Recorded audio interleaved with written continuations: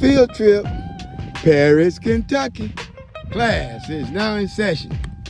Make sure you like, share, and subscribe so we can keep our history alive. This is Professor Bowtie on the scene and my high visibility green. Let's go to work. Class in session.